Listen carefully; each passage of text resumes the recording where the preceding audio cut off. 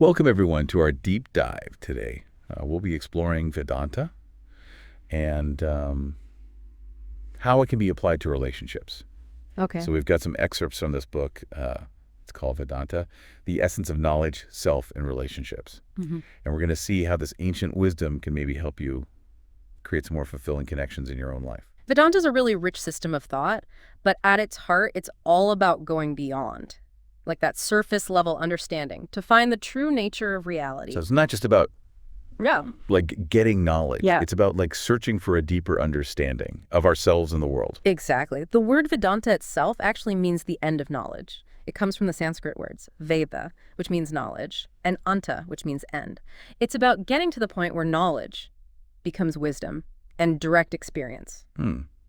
That's really intriguing. Can you tell me a little bit more about what this deeper understanding of reality is? One of the core concepts in Vedanta is this idea of Brahma. Now imagine the vastness of the ocean. Waves come and go, they're always changing. But the ocean itself remains unchanging and eternal. Brahma is like that ocean. It's the ultimate reality, the ground of all being, the source that everything comes from.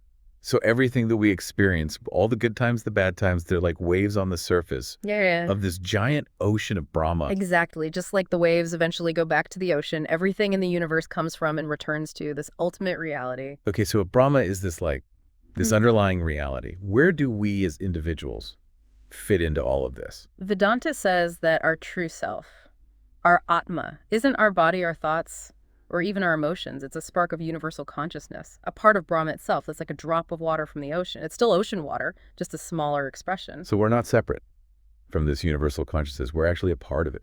You got it. That's a really powerful concept, especially when we're thinking about relationships. It is. But there's a challenge. We don't always experience this unity. We feel separate, isolated, and that causes conflict and suffering in our relationships. Why is that? If it's our true nature, why is it so hard to see this interconnectedness? Vedanta introduces this concept of Maya to explain that.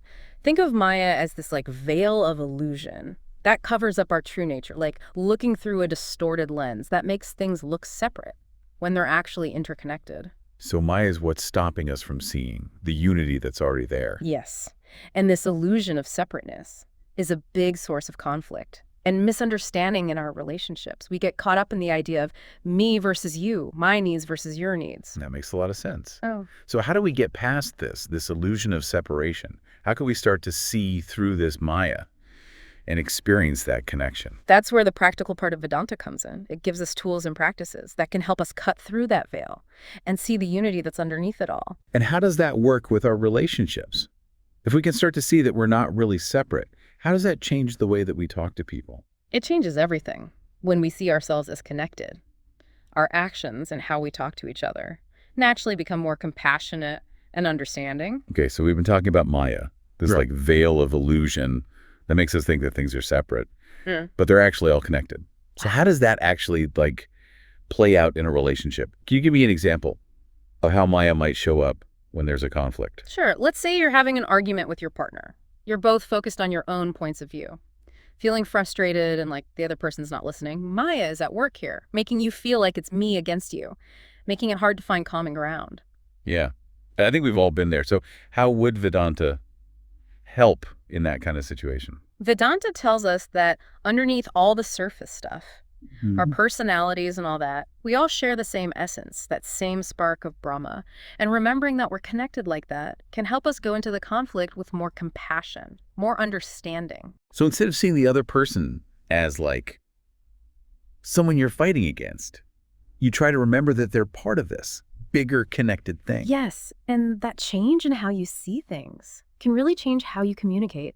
Vedanta talks a lot about something called sattvic communication, which means talking in a way that's honest, kind, and helpful. What would that look like during an argument? So instead of trying to prove that you're right or win the argument, you focus on trying to really understand your partner's point of view.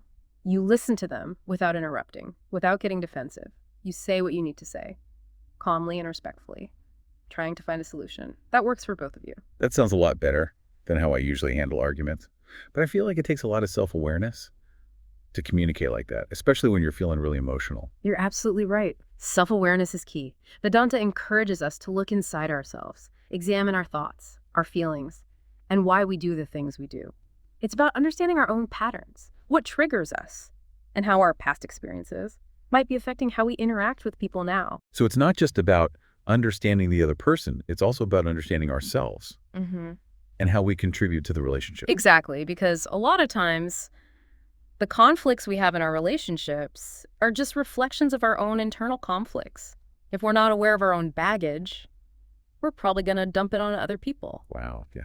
That's a really powerful thought. I'm thinking about all the times that I totally misunderstood what someone was doing or what they were saying because I was bringing my own insecurities or my own past hurts to the situation. And that's why self-reflection is so important. Vedanta offers tools like journaling, meditation, and mindfulness. To help us become more self-aware, these practices can help us watch our thoughts and feelings without judging them. And that lets us see more clearly how we're contributing to what happens in our relationship. So Vedanta is encouraging us to become more aware of our inner world so that we can show up in our relationships in a more authentic and compassionate way. Exactly. And one of the biggest things in the way of that authentic connection is the ego. The ego. You mean like our sense of self? Yes, but specifically, the part of ourselves that feels separate from others. The ego always wants to be right. It's always comparing itself to other people, and it's always trying to protect itself. So how does the ego affect our relationships? The ego can cause a lot of problems in our relationships. It can lead to jealousy, possessiveness, and always needing to be right. When we're coming from our ego, we're more likely to judge, get defensive, and overreact. So the ego is kind of feeding that illusion of separateness that Maya creates. Exactly, and that's why Vedanta encourages us to move past the ego, to recognize that our true self is connected to something much bigger. Okay, but how do we actually do that? How do we let go of our ego, especially when we're in an argument and it feels like our sense of self is under attack? It's a journey, and it takes practice. But Vedanta says one of the first steps is just to become aware that the ego is there, to notice when it's driving our thoughts, our feelings, and our actions. So it's about paying attention. Yeah. And realizing when the ego's in control. Right, and once we see the ego's patterns, we can start to separate ourselves from them. But what does that actually look like? How do we actually separate from the ego? Vedanta has a lot of different techniques. One is to just admit that the ego is there without judging it. You might say to yourself, oh, there's my ego trying to protect itself again. And just by admitting that, we create some space between us and that reactive part of our minds. Yes. It's like shining a light on something that was hidden. The more we see how the ego works, the less control it has over us. This is making a lot of sense. So, by becoming more self-aware and realizing how the ego affects our interactions, we can start to find more compassionate and understanding ways of relating to others. Exactly, and that's where the real change starts to happen. We've been talking about being self-aware and how the ego can mess things up.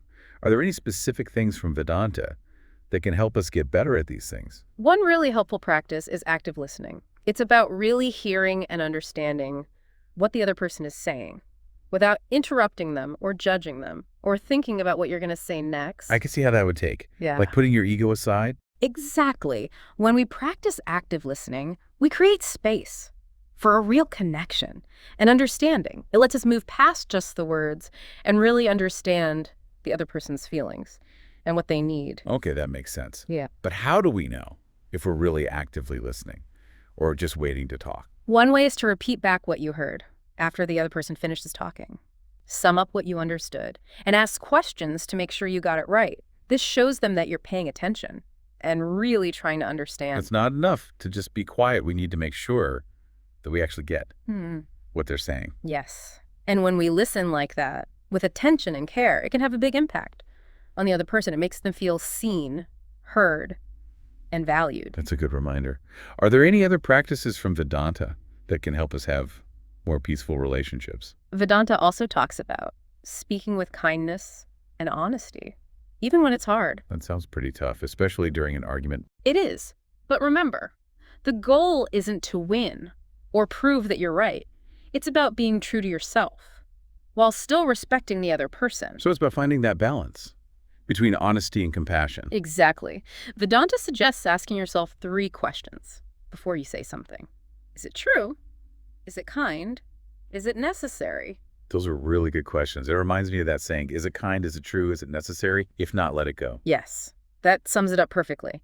Taking a moment to think about those questions can help us choose our words more carefully and speak in a way that leads to understanding instead of conflict. This has been such a great deep dive into Vedanta and relationships. As we wrap things up, is there one main takeaway you want to leave our listeners with? Remember that the path to deeper connection starts with you.